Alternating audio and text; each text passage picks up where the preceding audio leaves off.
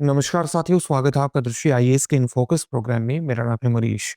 कोप 29 की बैठक अज़रबैजान के बाकू शहर में संपन्न हो चुकी है। जलवायु वित्त को लेकर के जिस प्रकार के समझौते की अपेक्षा थी, वो अपेक्षा पूरी नहीं हो पाई है। इस बैठक के क्या निष्कर्ष हैं, आज इन फोकस की प्रोग्राम में जानने की कोशिश करेंगे। सबसे पहले देखते हैं कि इस पूरे टॉपिक के अंतर्गत किन पक्षों पर बात होगी। सबसे पहले खबर को विस्तार से जानेंगे, इसके बाद देखेंगे कि जो जलवायु वार्ता का स्ट्रक्चर है, उसमें किस प्रकार की अंतर्निहित समस्याएं हैं, जो अंतर्निहित समस्याएं जलवायु वार्ताओं की विघटन का एक प्रकार का संकेत भी प्रदान करती हैं। तो अंतर्निहित समस्याओं के बाद जलवायु वार्ता में विघटन की स्थिति पर भी प्रकाश डालने की कोशिश करेंगे, जो इस बात की पृष्ठभूमि देती है कि किस प्रकार से अलग अलग देश एक अपर्याप्त उत्सर्जन कटौती के लक्ष्य की तरफ बढ़ रहे हैं। यानी जितना जलवायु परिवर्तन के लक्ष्यों को प्राप्त करने के लिए ग्रीन हाउस गैसेस के उत्सर्जन में कटौती की आवश्यकता है, उतना उत्सर्जन कटौती नहीं हो रहा है। उत्सर्जन कटौती अपने आप में अपर्याप्त बनी हुई है और इसके लिए जिस वित्त की आवश्यकता है, उस वित्त की भी व्यवस्था नहीं हो पा रही है। उसके अंतर्गत भी जिम्मेदारी बेहद ज्यादा कमजोर हो रही है, जो अपने आप में जो क्लाइमेट स्ट्रक्चर के अंतर्गत वार्ताएं हो रही हैं, उसके अंतर्गत एक संपूर्ण विघटनकारी स्थिति को प्रदर्शित करता है और कहीं ना कहीं इस बात पर विचार विमर्श के लिए मजबूर करता है कि हमें क्लाइमेट गोल्स को हासिल करने के लिए, जलवायु परिवर्तन लक्ष्य को हासिल करने के लिए क्या नई व्यवस्था अपनाने की आवश्यकता है। अंत में एक आपके लिए अभ्यास प्रश्न भी होगा, जिसका उत्तर आपको कमेंट बॉक्स में कमेंट करके देना होगा। ये जो पूरा विषय है यूपीएससी की मुख्य परीक्षा के सामान्य अध्ययन प्रश्न पत्र 3 से जुड़ता है, उसके पर्यावरण संबंधी खंड से जोड़ करके आप इसे देख सकते हैं। हम अपने प्रोग्राम में आगे बढ़े उससे पहले आप हमारे चैनल को सब्सक्राइब जरूर करिए और बेल आइकन दबाइए, ताकि सभी प्रोग्राम का नोटिफिकेशन आपको मिल सके, इन प्रोग्राम से आप जुड़ सके, इनका लाभ उठा सके। साथ ही इन सभी प्रोग्राम की पीडीएफ फाइल आपको इन फोकस दृष्टि आईएएस के टेलीग्राम चैनल पर उपलब्ध कराई जा रही है। डिस्क्रिप्शन में दिए गए लिंक पर जाकर आप पीडीएफ फाइल डाउनलोड कर सकते हैं। आपके लिए एक अति महत्वपूर्ण सूचना है और सूचना ये है कि अब यूपीएससी का हब मुखर्जी नगर नहीं, नोएडा होगा। दृष्टि आईएएस मुखर्जी नगर की क्लासेस अब नोएडा में शिफ्ट हो चुकी हैं। यूपीएससी की तैयारी के लिए मुखर्जी नगर नहीं, नोएडा चलें। नोएडा में कहां आपको जाना है? दृष्टि आईएएस मुखर्जी नगर की सभी क्लासेस अब नोएडा में होंगी, लेकिन कहां पर होंगी? नोएडा सेक्टर 15 में होंगी। और हमारा पता क्या होगा? हमारा पता होगा C171/2 block A sector 15 Noida Uttar Pradesh. और ये स्थान कहां पर स्थित है? नोएडा सेक्टर 15 मेट्रो स्टेशन के पास स्थित है। आप 9311406440 पर कॉल भी कर सकते हैं। इसके अलावा दो महत्वपूर्ण बैच हैं जो नोएडा में प्रारंभ होने वाले हैं। जैसे हिंदी माध्यम का आईएएस फाउंडेशन कोर्स 9 दिसंबर से प्रारंभ होने वाला है, इसका समय होगा सुबह 11:30 बजे। इसी प्रकार से इंग्लिश माध्यम का भी आईएएस फाउंडेशन कोर्स नोएडा में 12 दिसंबर से प्रारंभ होगा, जिसका समय होगा शाम को 6 बजे। इसी तरह से लखनऊ में भी आईएएस हिंदी माध्यम का आईएएस फाउंडेशन कोर्स 29 नवंबर से प्रारंभ होगा, जिसका समय होगा सुबह 11:30 बजे। और इंग्लिश माध्यम का भी आईएएस फाउंडेशन कोर्स 29 नवंबर से प्रारंभ होगा लखनऊ में, जिसका समय होगा सुबह 11:30 बजे। प्रयागराज में भी हिंदी माध्यम का जीएस फाउंडेशन कोर्स 2 जनवरी 2025 से शुरू होने वाला है, जिसका समय होगा शाम को 6 बजे। आप 8750 पर कॉल भी कर सकते हैं।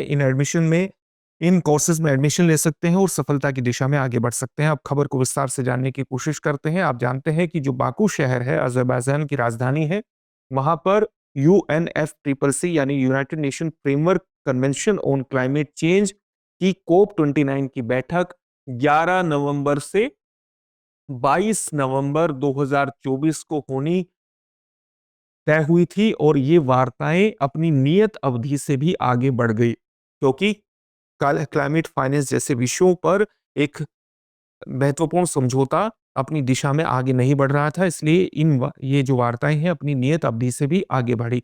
लेकिन इसके बावजूद भी जो लक्ष्य तय किया गया था कि वर्ष 2026 से अपने क्लाइमेट गोल्स को हासिल करने के लिए विकसित देश विकासशील देशों को लगभग $1 ट्रिलियन प्रति वर्ष उपलब्ध कराएं, इस समझौते के अंतर्गत एक बहुत ही न्यूनतम लक्ष्य हासिल किया गया है, क्योंकि विकसित देश विकासशील देशों के लिए प्रतिवर्ष केवल $300 बिलियन जुटाने पर ही सहमति अभिव्यक्त कर पाए हैं।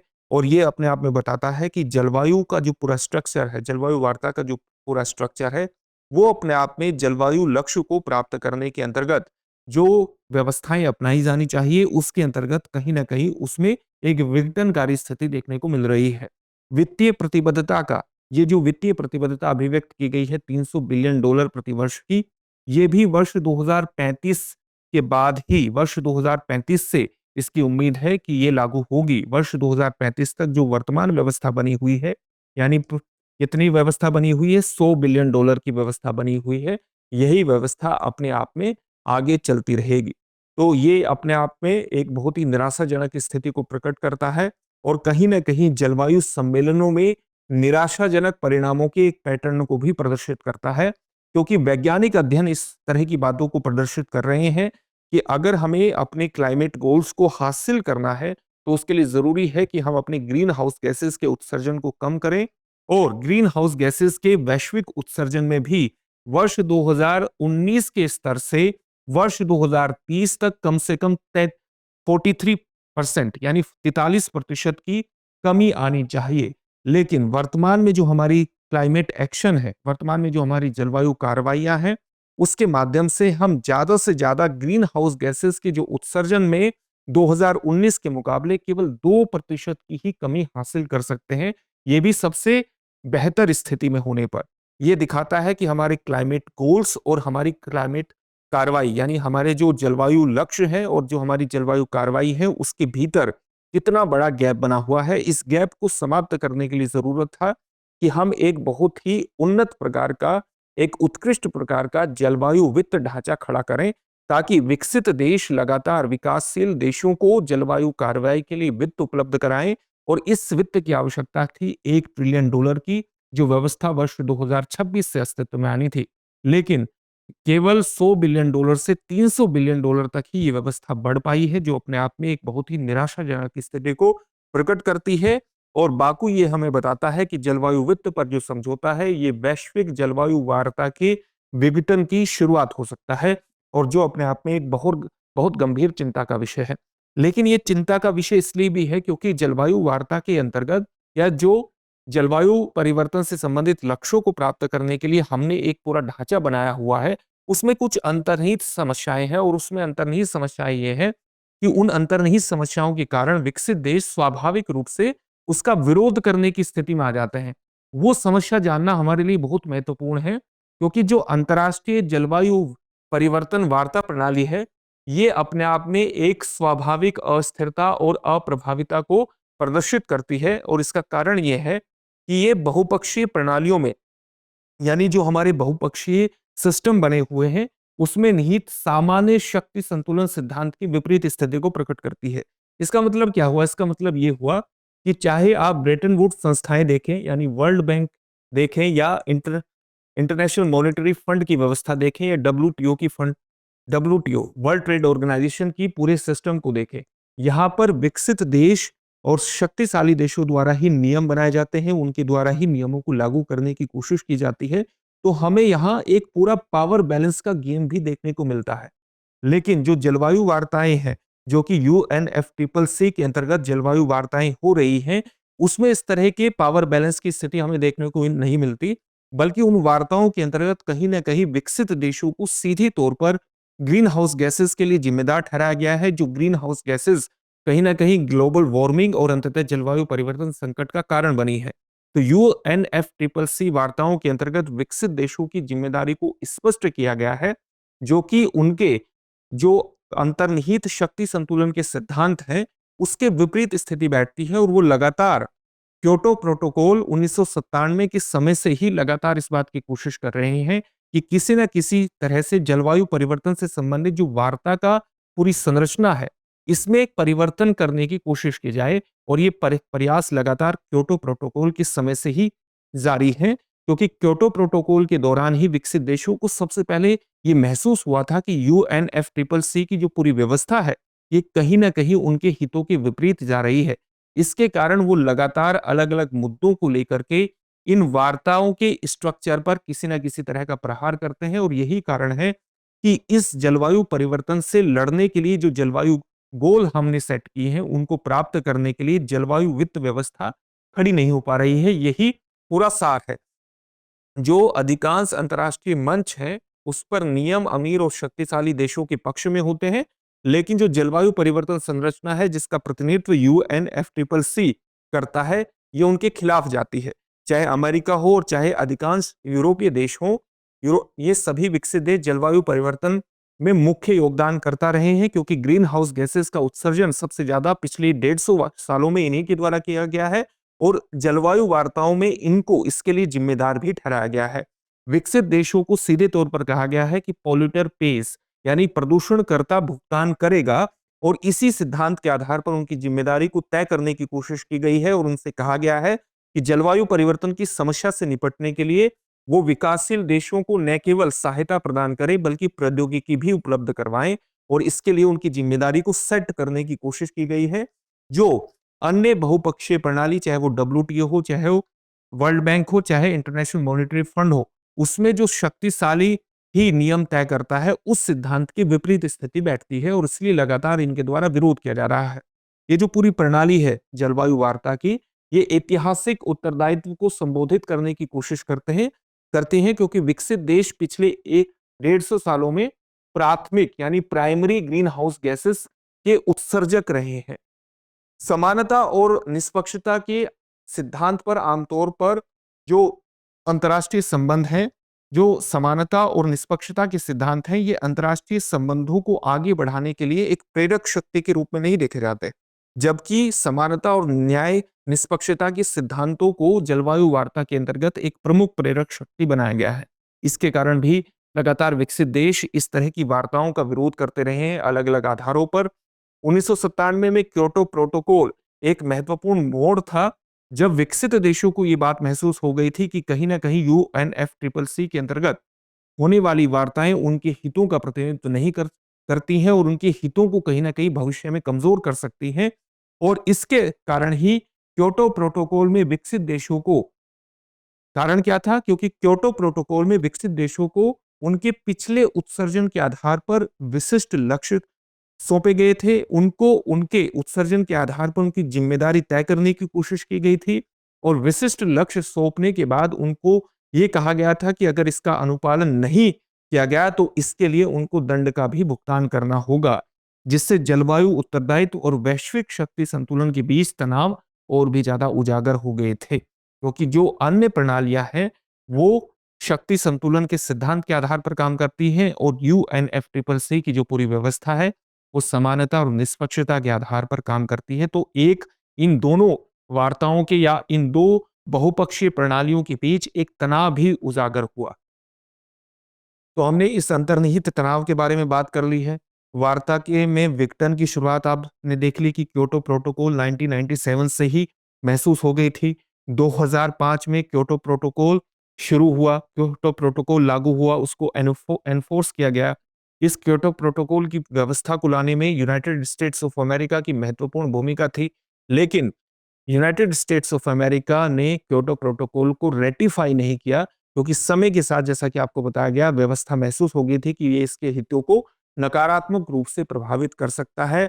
और रणनीति विकसित देशों की यही थी कि धीरे धीरे जो जलवायु परिवर्तन की लड़ाई है, जलवायु परिवर्तन की जो पूरी व्यवस्था है, जलवायु लक्ष्यों को हासिल करने के अंतर्गत यूएनएफसीसीसी की जो पूरी व्यवस्था है, इसको धीरे धीरे कमजोर किया जाए और जलवायु जिम्मेदारियों के संबंध में विकसित और विकासशील देशों के बीच जो अंतर बना हुआ है उसको टारगेट किया जाए। ये विकसित देशों की एक रणनीति रही और इसका जो लक्ष्य था टारगेट का, ये सुनिश्चित करना था कि जलवायु लक्ष्यों को पूरा करने की जो विफलता है, अगर जलवायु लक्ष्य पूरे नहीं हो पाते हैं तो उसकी जिम्मेदारी केवल विकसित देशों पर ही नहीं आए, बल्कि अन्य देश भी इसकी जिम्मेदारी उठाएं। और इसीलिए उन्होंने इस पूरी व्यवस्था को, जिस व्यवस्था में विकसित देशों को कुछ खास लक्ष्य पूरे करने थे, इसको टारगेट करना शुरू कर दिया और वार्ताओं में एक विघटन की शुरुआत हो गई। क्योटो प्रोटोकॉल को प्रतिस्थापित करने के लिए एक नई व्यवस्था को लाने की शुरुआत हुई और 2009 कोपेनहेगन शिखर सम्मेलन में पूरी कोशिश की गई एक नई व्यवस्था क्योटो प्रोटोकॉल के अंतर्गत क्योटो प्रोटोकॉल को प्रतिस्थापित करके आ जाए, लेकिन उसमें विकसित देशों को सफलता नहीं मिली। विकसित देशों को सफलता मिली वर्ष 2015 में, पेरिस में जब पेरिस समझौता हमारे सामने आता है और पेरिस समझौते में एक ऐसी व्यवस्था अपनाई गई जहां पर ग्रीन हाउस गैसेस के उत्सर्जन में कटौती को लेकर के केवल विकसित देशों की ही जिम्मेदारी तय नहीं की गई, बल्कि विकासशील देशों की भी जिम्मेदारी तय की गई। हालांकि ये जिम्मेदारी नेशनली डिटरमिन्ड कंट्रीब्यूशन से प्रभावित थी, राष्ट्रीय स्तर पर निर्धारित लक्ष्यों के माध्यम से परिभाषित की गई, लेकिन फिर भी विकसित देशों को इतनी सफलता मिल गई कि वो ग्रीन हाउस गैसेस के उत्सर्जन में केवल अपनी ही जिम्मेदारी, उनकी ही जिम्मेदारी तय न हो, इस बात में वो सफल हो गए और विकासशील देशों को भी कहीं ना कहीं इस पूरे स्ट्रक्चर में उन्होंने शामिल कर लिया, जहां पर ग्रीन हाउस गैसेस के उत्सर्जन में कटौती की जानी थी। यहाँ पर तो पेरिस समझौते के अंतर्गत उन्होंने कहीं न कहीं एक सफलता हासिल कर ली। यही कारण है कि इसके अंतर्गत यानी जो ग्रीन हाउस गैसेस के उत्सर्जन के अंतर्गत जो हमारे लक्ष्य हैं, उनको लक्ष्य को प्राप्त करने के अंतर्गत हम कहीं न कहीं पिछड़े हुए हैं। क्योंकि हमने ग्रीन हाउस गैसेस के उत्सर्जन में विकासशील देशों की जिम्मेदारी तो तय कर दी, भले ही वो जिम्मेदारी बाध्यकारी नहीं थी और हर देश ने अपने नेशनली डिटरमिन्ड कंट्रीब्यूशन राष्ट्रीय स्तर पर निर्धारित लक्ष्य तय किए। लेकिन इन राष्ट्रीय स्तर पर निर्धारित लक्ष्यों को भी पूरा करने के लिए जरूरत इस बात की थी कि उनके पास फंडिंग की पर्याप्त व्यवस्था हो। लेकिन फंडिंग की पर्याप्त व्यवस्था को पेरिस जलवायु परिवर्तन समझौते के अंतर्गत खड़ा नहीं किया गया, इसलिए फंडिंग लगातार अपर्याप्त बनी रही और वहीं पर विकसित देश भी अपनी उत्सर्जन कटौती के लक्ष्य को हासिल करने में लगातार पीछे रहे। यही कारण है कि अपर्याप्त उत्सर्जन कटौती की स्थिति हमें देखने को मिलती है। वैश्विक स्तर पर उत्सर्जन में जो कटौती है वो अपर्याप्त है और जलवायु लक्ष्यों को पूरा करने के लिए जो आवश्यक कटौती है उससे बहुत दूर है। जैसे यूरोपीय संघ से यह अपेक्षा की जाती है कि वर्ष 2019 के स्तर से वर्ष 2030 तक उत्सर्जन में वो लगभग 60% की कमी करेगा। हालांकि ये अपेक्षा भी बेहद कम है, क्योंकि इस अपेक्षा से भी ज्यादा काम उसे करना है।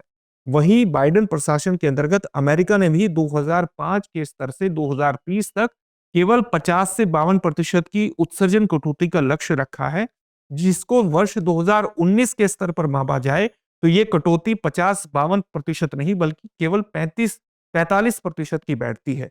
जबकि अगर 2019 के स्तर से वर्ष 2030 तक उत्सर्जन में 43% की कटौती करनी है, जो कि वैज्ञानिक अध्ययन दिखाते हैं कि इतना उत्सर्जन कटौती करना बेहद जरूरी है कि अगर हम पेरिस जलवायु लक्ष्यों को हासिल करने चाहते हैं तो उसके लिए जरूरी है कि विकसित देश, अमेरिका, यूरोपीय संघ अपने उत्सर्जन में 80 से 90% की कटौती हासिल करें। तो आप देख सकते हैं कि कितने बड़े स्तर पर गैप बना हुआ है। पेरिस समझौते ने उत्सर्जन में कटौती के मामले में विकसित देशों और विकासशील देशों के बीच जो अंतर है उसको धुंधला कर दिया है, क्योंकि दोनों को ही उत्सर्जन कटौती के लक्ष्य को तय करना है। लेकिन विकासशील देशों को इन लक्ष्यों को प्राप्त करने के लिए जिस स्वच्छ प्रौद्योगिकी की आवश्यकता है, जिस वित्त पोषण की आवश्यकता है, जिस हस्तांतरण की आवश्यकता है, उसके लिए विकसित देश अभी भी जिम्मेदार बने हुए हैं। और यही कारण है कि विकसित देश अब जलवायु वित्त की व्यवस्था को निशाना बना रहे हैं और लगातार इस बात को कहने की कोशिश कर रहे हैं कि अन्य देशों को भी जलवायु वित्त के मैकेनिज्म में शामिल किया जाना चाहिए। तो एक अपर्याप्त उत्सर्जन कटौती की स्थिति बनी हुई है और वित्तीय जिम्मेदारी भी लगातार कमजोर हो रही है, क्योंकि विकसित देशों का तर्क है कि जो जलवायु वित्त में योगदान करने वाले, जलवायु वित्त मैकेनिज्म में योगदान करने वाले देश हैं, उस योगदान करने वाले देशों का आधार बढ़ाया जाना चाहिए, यानी उसमें अन्य देशों को भी शामिल किया जाना चाहिए। क्योंकि पिछले 2 दशक में बहुत से ऐसे देश हैं जो अमीर हुए हैं। तो लगातार विकसित देशों का ये तर्क है कि सिंगापुर, सऊदी अरब और चीन जैसे देशों को इस पूरे वित्त में योगदानकर्ता के रूप में अपनी भूमिका निभानी चाहिए। लेकिन योगदानकर्ता के आधार को बढ़ाने का जो पहला प्रयास है, ये पेरिस समझौते के समय किया गया था विकसित देशों के द्वारा, जो सफल नहीं हो पाया था।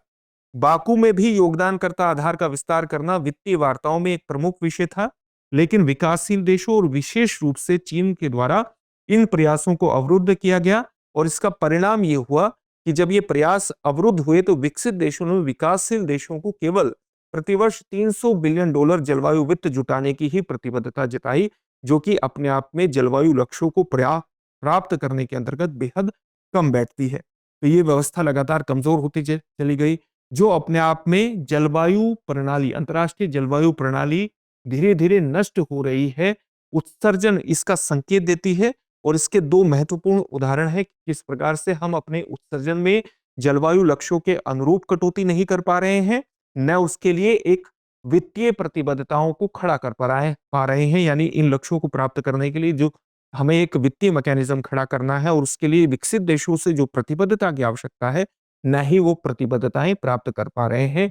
तो ये दो महत्वपूर्ण संकेत हैं जो कि अंतर्राष्ट्रीय जलवायु प्रणाली में धीरे धीरे एक क्षरण का संकेत दे रहे हैं।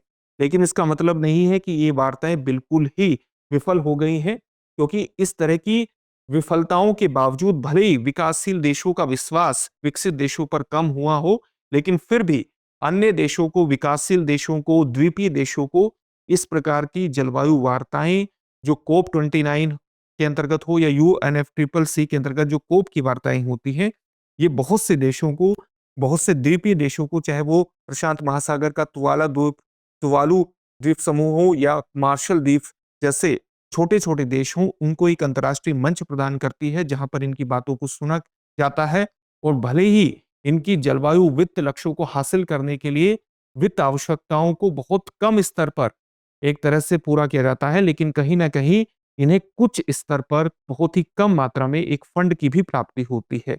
हालांकि ये फंड की प्राप्ति अपने आप में जलवायु लक्ष्यों को प्राप्त करने के अंतर्गत बेहद सीमित बैठती है। और बाकू 29 में जो बैठक हुई है, इसमें जो हमने अपना एक वित्त के अंतर्गत प्रतिबद्धताएं विकसित की हैं और उत्सर्जन कटौती के जो लक्ष्य के अंतर्गत जो वैज्ञानिक अध्ययन हमारे सामने आते हैं, वो ये दिखाते हैं कि कहीं ना कहीं जो अंतर्राष्ट्रीय जलवायु वार्ताएं हैं, ये एक विफलता की दिशा में आगे बढ़ रही हैं। यही सबसे महत्वपूर्ण निष्कर्ष इसका निकल करके सामने आता है। इससे संबंधित एक प्रश्न भी देखते हैं। प्रश्न क्या है? किस प्रमुख अंतर्राष्ट्रीय जलवायु समझौते ने राष्ट्रीय स्तर पर निर्धारित योगदान की अवधारणा पेश की? आपके ऑप्शंस हैं Kyoto protocol, Montreal protocol, Paris समझौता या नागोया प्रोटोकॉल। इस प्रश्न का उत्तर आप हमें कमेंट बॉक्स में कमेंट करके जरूर दीजिए। फिर से एक नई सेशन में आपसे मुलाकात होगी। धन्यवाद। डियर व्यूअर्स, अपने एग्जाम की तैयारी को और बेहतर करने के लिए हमारे चैनल को लाइक, शेयर और सब्सक्राइब करना न भूलें।